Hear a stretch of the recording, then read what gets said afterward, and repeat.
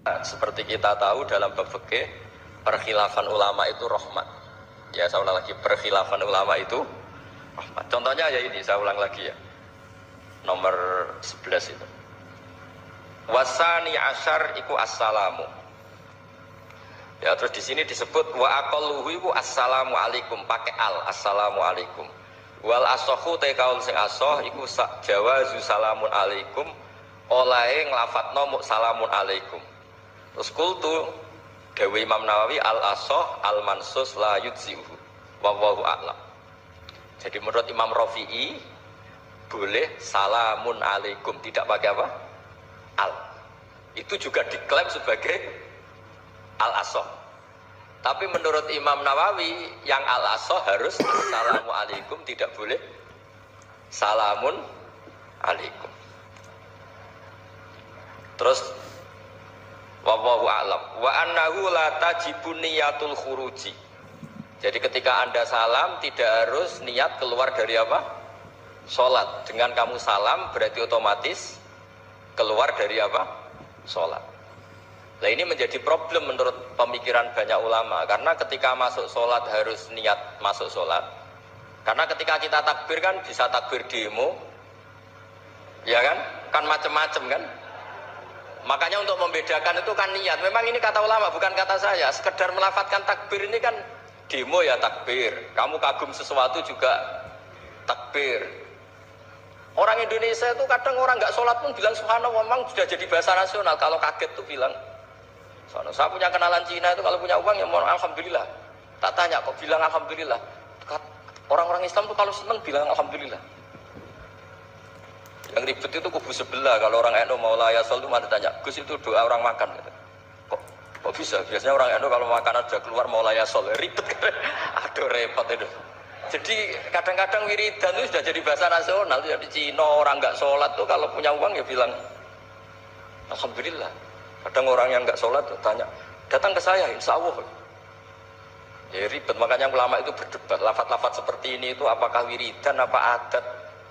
Nah untuk membedakan adat dan yang lain maka dibutuhkan niat. Makanya Allahu Akbar harus niat untuk masuk sholat.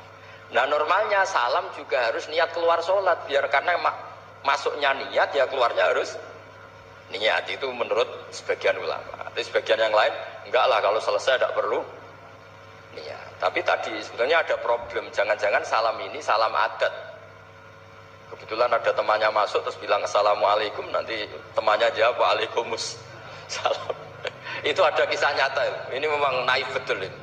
Ada orang alim sholat. Nah, ketika ada yang mau lewat itu kan dihadangi begini ya. Jadi dihadang gini ya, itu bidin. Yang lewat tuh karena saking nggak pernah yang ngaji malah tidak salaman. Kagetnya bukan main itu. Ada orang sholat, ada orang mau lewat, kan kesunatannya dihadang begini. Sisi ini santai saja malah ngajak salaman. Wes ribet, ngadepi orang nggak tahu itu ribet. Ya tambah bingung kan, diliwati saja bingung, apalagi sekarang diajak salaman. Kan memang nggak sambung, kulturnya itu nggak sambung. Ya itu kalau kita memang assalamualaikum terus pikir kamu waalaikumsalam. Ya ribet, memang ngadepi orang tidak tahu itu ya ribet. Makanya ya agama ini, ngelola agama ini memang. Nah barokahnya ngaji fikih itu beginilah, saya sering cerita. Misalnya kita apal fikih, takbir itu wajib, rukun. Tapi bentuk ngangkat tangan itu sunat. Itu barokahnya Masya Allah. Andai kan kita menentukan kaifiyahnya, mungkin kita sok suci. Itu pernah ada peneliti cerita ke saya, Gus saya ini orang NU itu pusing. Kenapa? Takbirnya beda-beda. Ada yang terlalu semangat, Allahu Akbar. Apalagi yang was-was, wah itu semangatnya Masya Allah. Malah ada yang tanya, itu takbir berkali-kali itu madzhab apa? Jadi orang was-was cobalah bertobatlah itu, jangan sampai jadi madzhab baru. Kalau yang was-was orang bodoh gak masalah, coba kalau dia orang alim alama, nanti muridnya juga niru, oh ternyata takbir yang saya itu 3 kali itu. Oh ternyata takbir yang saya itu 7 kali. Itu kalau dia jadi imam. Kalau dia jadi makmum nyampai ini pinggirnya, sampai pinggirnya takut kan bulan baleni. Ada yang kayak orang nggak punya uang, Allahu Akbar tangannya diangkat separuh saja enggak. Itu kan Tapi itu tidak ngefek di Indonesia karena dari awal kiai-kiainya ngajarin ngangkat tangan itu nah caranya juga agak ditentukan, terserah kamu. Begitu juga posisikan tangan itu juga sunat. Sehingga kalau sampai ke Turki atau kemana-mana itu ada yang kayak orang baris, ya kan, babis takbir ya sudah. Ada yang sendagap, sendagapnya beda-beda. Ada yang nutupi iga yang hilang katanya, sampai begini. Ada yang santai begini. Oh pokoknya nggak jelas. Sehingga itu kalau di militer ini ada Pak Dandim itu juga bingung ini nggak protap ini kan. Tapi kalau di fikih itu memang kalau sekali nggak diwajibkan terserah masing-masing. Ada yang kayak orang baris, ada yang sendagap begini katanya apa nutupi iganya yang hilang. Wadah yang sambil rasa-rasa macam-macam. Tapi barokahnya ilmu fikih itu diputuskan memang dari awal tidak wajib. Yang wajib itu takbirnya. Maka duduk juga begitu, meskipun kita sepakat duduk tahiyat ula namanya iftiros, duduk tahiyat akhir namanya tawarruk, itu harus kita vonis, kita hukumi sunnah. Cara seperti itu sunnah. Wa ayyu qu'udin qa'ada shohat sholatu, seperti kemarin di Minhajul Thalibin, dengan duduk gaya apa saja sholatnya tetap sah. Sehingga kalau kita di Arab, misalnya pas haji, orang Arab itu memang ya agak kacau. Orang Indonesia itu kalau sholat duduk itu kan memang benar-benar sakit sudah agak mau mati itu benar-benar sholat baru duduk.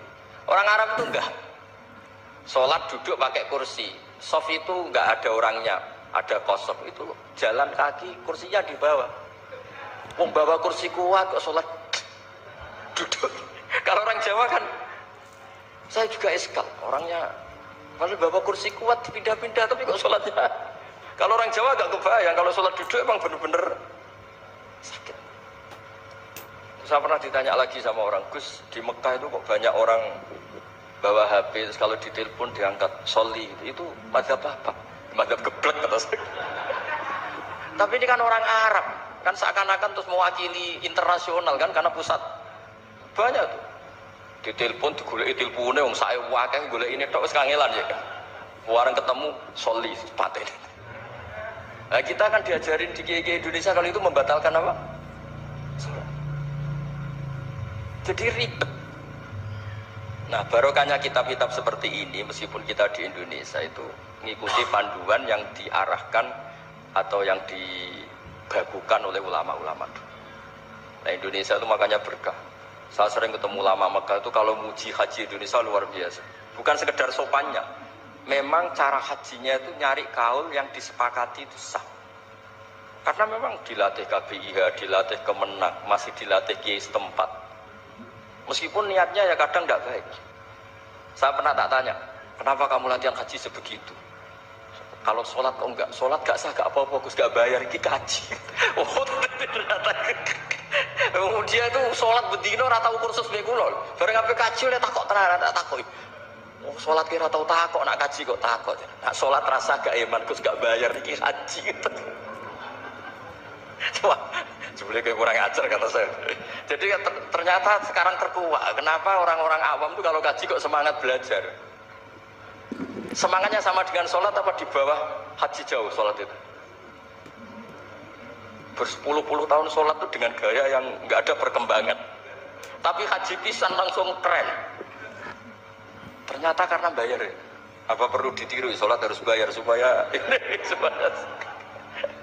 Ya itu alasannya itu. Nak haji rasa berat Gus, apa? Bayar. Nak sholat rasa kok gak bayar wae maksudnya. Padahal kalau kita ngikuti as-sholat imaduddin, sholat dengan haji itu afdal mana? Afdal sholat, harusnya lebih serius belajar sholat ketimbang belajar haji.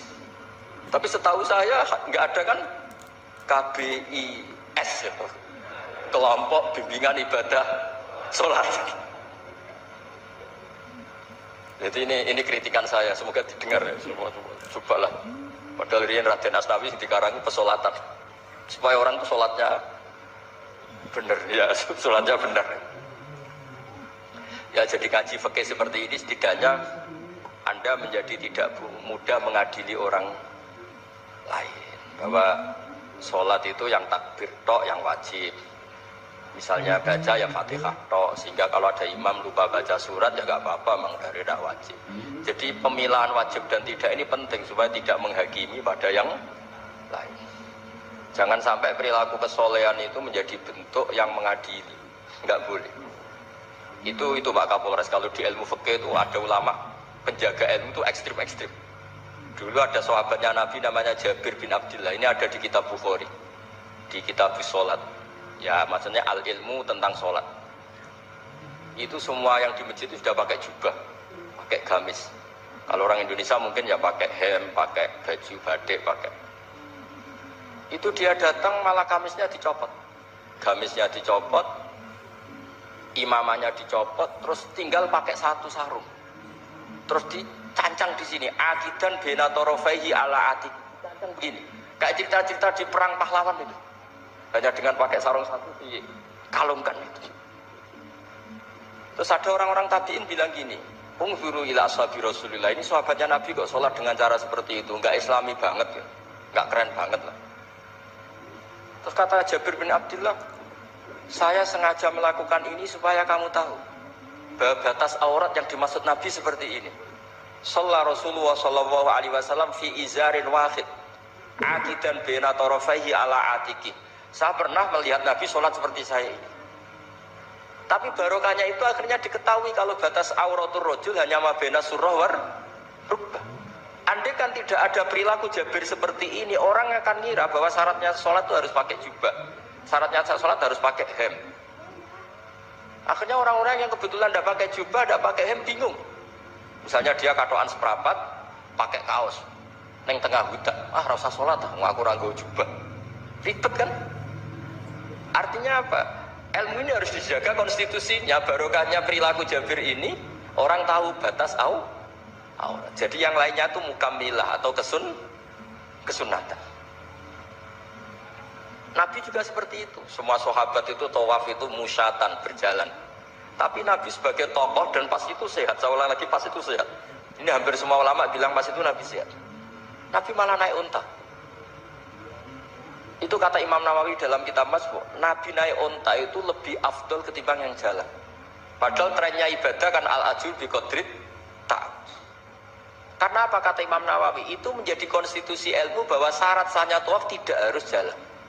Andaikan Nabi saat itu kok ikut jalan, maka dikira di antara syarat sahnya tawaf harus jalan. Maka kita kebingungan ketika pakai kursi roda karena tidak punya rujukan hukum. Tapi barokahnya Nabi pakai berkendara, orang menjadi tahu itu berjalan itu tidak menjadi syarat sah. Berkendara juga boleh.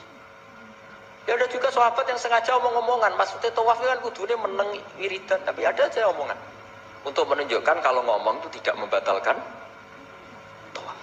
Sampai seperti itu ulama menjaga konstitusi.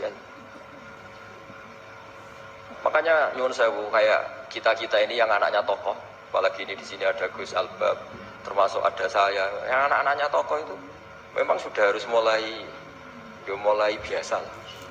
Karena dulu kalau soleh kebanget, itu yang ngel-ngel orang. Abu Bakar, saya tak cerita Abu Bakar itu soleh banget. Saking solehnya itu, ini gak akan ada yang niru, saya yakin. Beliau itu hari pertama diangkat khalifah, hari berikutnya masih dagang di pasar. Singkat cerita ditegur, supaya tidak usah dagang, dicukupi negara. Beliau setuju, dapat gaji. Setelah mau meninggal, semua gajinya itu disuruh ganti uang pribadi, karena beliau merasa tidak nyaman. Uang mengkhidmati negara kok minta uang. Ganti soalnya uang pribadi, diganti. Nah itu ya tentu tidak wajib, pejabat juga agak minat niru. Nah tapi lucunya apa? Sayyidina Umar ketika Abu Bakar sudah meninggal itu kritiknya lucu. Kamu itu solehnya berlebihan. Taman badat, sing repot sing genti. Nak soleh kok aja nemen-nemen. Mesti nak soleh ya dikira-kira lah, aja nemen-nemen. Sakake sing ngenteni repot. Makanya saya sering jagungan sama putra-putrane Mbah Mun itu, nah, keluarnya gitu. Abai wis alim, ganteng. Pengaruhnya gede, diterima semua pihak, repot sing gede. Mengenai kalau khusnudzon anak kiai kok pas-pasan itu mesti wis dianggap strategi lah dengan cara seperti itu. Loh iya loh, kalau misalnya kita hanya Kapolres itu anak kita kan bisa Kapolda. Tapi kalau kita sudah Kapolri itu anaknya juga jadi Kapolda, belum kayak bapaknya kan. Jadi Kapolres belum kayak. Jadi kalau bapaknya hanya Kapolres kan anaknya masih gampang lah, nanti Kapolda sudah ngelangkai kan. Jadi kadang-kadang itu artinya ulama dulu itu hebat cara Makanya kamu jangan kaya-kaya banget, jangan sukses-sukses banget. Kasihan anak kamu nanti ini. Kasihan. Makanya saya sebenarnya jadi kiai itu yang ingin bener-bener banget, tapi sakit santriku lah kira-kira. Ini bukan justifikasi, tapi ini cerita saja cerita. Jadi di antara makalahnya Sayyidina Umar yang terkenal itu komentar Abu Bakar tuh at-abta man ba'dak. At-abta ngel-ngel no siro man ing wong ba'daka sausti siro. Kowe ku terlalu bener sing repot aku iki penggantimu. Enggak aku maksa soleh tetep ae ra koyo Abu Bakar. Maksa soleh nek koyo kowe nek soleh kira-kira lah aja nemen-nemen gitu. Jadi penggantinya itu. Ini cerita ya, jadi saya mohon. Nah, barokahnya itu juga kesolehan yang massal itu diakui oleh ulama. Termasuk begini misalnya nyuwun sewu, Nabi itu menyebut kesolehan itu ya termasuk wa fi buti ahadikum sodako, kayak ngeloni bojomu ya sodako. Ayati ahaduna syahwatahu wa walahu ajrun. Masa urusan gitu dapat pahala ya Rasulullah? Jawab Nabi enteng. Ali salawatu ahafi haramin akana alaihi wisrun, kalau dia begitu sama selain istrinya kan dosa. Ya berarti kalau sama istrinya ibadah, tidur ya ibadah, kumpul istri ibadah, bercengkrama sama keluarga ibadah. Akhirnya ulama bikin satu hukum yang luar biasa. Di antara hukum yang di kitab usul fikih itu begini, mubah itu udah ada. Itsmamin mubahin illa wa yatahaqqaqu bihi tarku haramimma. Fa'il zamu minas sukun tarkul qatli wa minas sukut tarkul qadzaf wal ghibah. Sehingga kita ulama misalnya melihat orang kampung sekatokan seperapat ning omah ngomel mbek bojone, ngomel mbek anake, ini luar biasa karena tidak di diskotik, tidak di tempat-tempat yang seperti itu. Ana wong ning omah nglamun rokokan, wis delok tikus liwat misalnya. Lumayan ra delok gambar porno. Itu ada ulama yang berpikir itu karena tidak ada sesuatu yang mubah kamu lakukan kecuali saat itu Anda meninggalkan keharaman. Makanya kata ulama, mubah itu tidak ada. Karena saat melakukan mubah artinya Anda tarkul haram. Wa tarkul haram wajib, berarti fal mubah wajib. Sehingga ulama misalnya sampean turu mulai barisan nanti subuh, hadza taraka zina wa taraka sariqah wa taraka kadza wa kadza. Semoga malaikat pakai usul fikih itu. Kalau malaikat pakai usul fikih itu, kamu tidur habis isya sampai subuh, hadza tarokal ma'asi kasiroh. Nah yang ribet kalau malaikatnya bagian khusyuk, hadza tarokat tahajud wa tarokal witro wa tarokal itu ribet itu. Nah kita semoga malaikatnya yang percaya pendapat tadi. Jadi ada dua pandangan, ada ulama mengatakan mubah itu tidak ada karena tidak ada orang yang sedang melakukan mubah kecuali saat itu pasti meninggalkan keharaman. Makanya ini sirinya kenapa dulu kiai-kiai top itu sering jagungan. Orang tahu semua lah, Mbah Zubair sering jagungan, dulu Mbah Tur yang sering jagungan di depan Masjid Menoro. Karena ingin mensuasanakan bahwa untuk menikmati hidup itu tidak harus dengan keharaman. Jagungan mbek konco ya seneng, gejul-gejulkan mbek konco ya seneng. Ini anggap saja perlawanan terhadap supaya tidak nikmati maksiat. Wa qutbu hadaddin al-istidzad bil mubahat, kata Imam Ghazali. Inti beragama ini adalah nikmati sesuatu yang dihalalkan oleh Allah Subhanahu. Coba ketika orang lain bisa nikmat kalau harus ke tempat-tempat maksiat, kamu cukup nikmat ketemu konco gejol-gejolukan zaman mondok podo melarate, terus diterusno saiki yo jek melarat atau cocokan melarat itu kan keren loh. Keren. Sisi tok diusir mertuane, sisi tok diusir IP ini terus cocokan. Tapi piye Kang gak apa-apa sabar kabeh kodok-kodok wae Kang. Oh itu ibadah yang luar biasa. Mergo ridho sama kodok. Kodok dia tidak perlu cari nyuwun sewu hiburan yang maksiat. Nah, saya berharap ulama-ulama Indonesia itu mengikuti jejak ulama dulu. Ulama dulu itu kalau ibadah itu ya seperti itu. Jadi jangan hanya melihat ini semalaman kok tidur, tidak witir, tidak tahajud. Oke, dia memang nggak afdol, nggak sempurna, macam kiai pas-pasan naik kan. Tapi ya jangan lihat tarokal witro wa tarokat tahajud, tapi kamu juga harus lihat tarokal dahab ila niklaba, tarokat dahab ila mahalil mak. Siapa yo sekali-kali muji orang susahnya apa sih? Suudon itu dikurangi lah, sekali-kali muji orang lah. Jadi kalau ada orang tidur hada tarokal maas, alhamdulillah. Meskipun ya rada damu-amu sih tarokal maasi wa tarokat toat. Ya sudah lah gak apa-apa lah, tapi nah di sini terus kualitas. Nah, dengan cara itu Anda bisa membaca Quran secara fasih. Wa min ayatihi manamukum billaili wan nahar. Kenapa sekedar tidur kok dianggap wa min ayati? Di mana-mana ayat itu kan hal-hal yang luar. Ini tentang tidur saja kok dianggap ayat. Itu bisa dimaknai keren kalau Anda pakai kaidah usul fikih, yaitu dengan tidur berarti Anda meninggalkan sekian maksiat. Sehingga disebut wa min ayatihi manamukum bil-laili wan nahar. Dan saya berharap konstitusi seperti ini jalan terus. Ya saya baca ya, sampai salam selesai. Wa akmaluhu assalamualaikum warahmatullahi marroten yaminan wasimalan. Multafitan fil ula hatta yura khadduhul aiman. Tapi itu hanya akmal loh ya. Jadi ukuran paling sempurna kalau salam itu melengak ke kanan sampai dengan pengandaian ini bisa dilihat dari belakang. Tapi tetap saja itu ukuran apa? Akmal, tidak menjadi syarat sah. Jadi ya sampai melengak gini sampai kira-kira terlihat dari apa?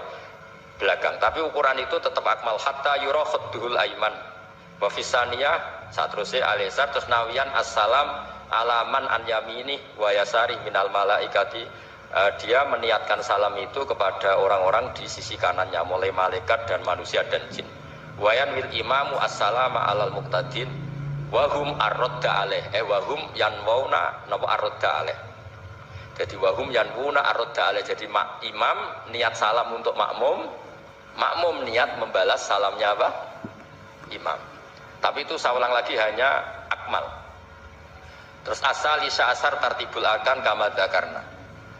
Jadi pentingnya, jadi jangan kira terus ngaji kalau wasunanuhu wa akmaluhu tidak penting, itu penting sekali.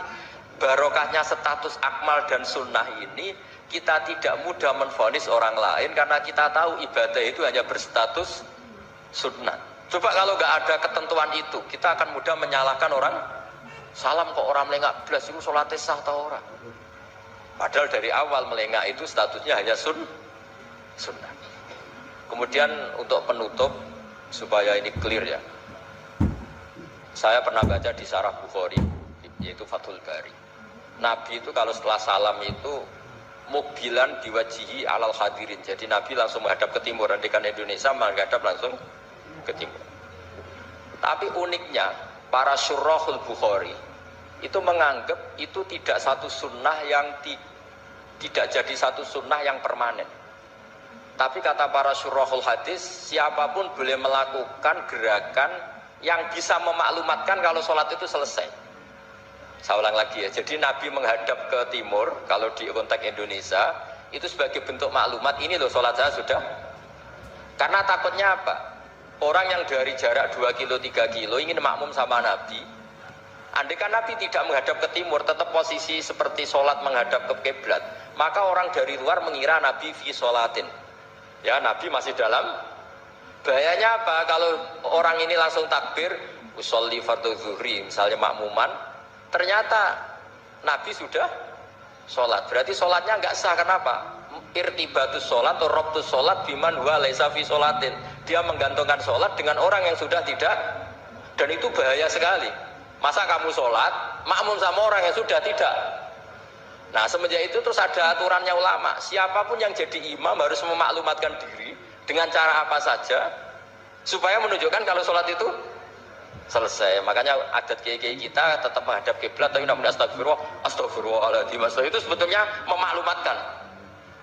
Dona niat banter nyentak pangeran masuk istighfar biar gak sopan belas astagfirullahaladzim.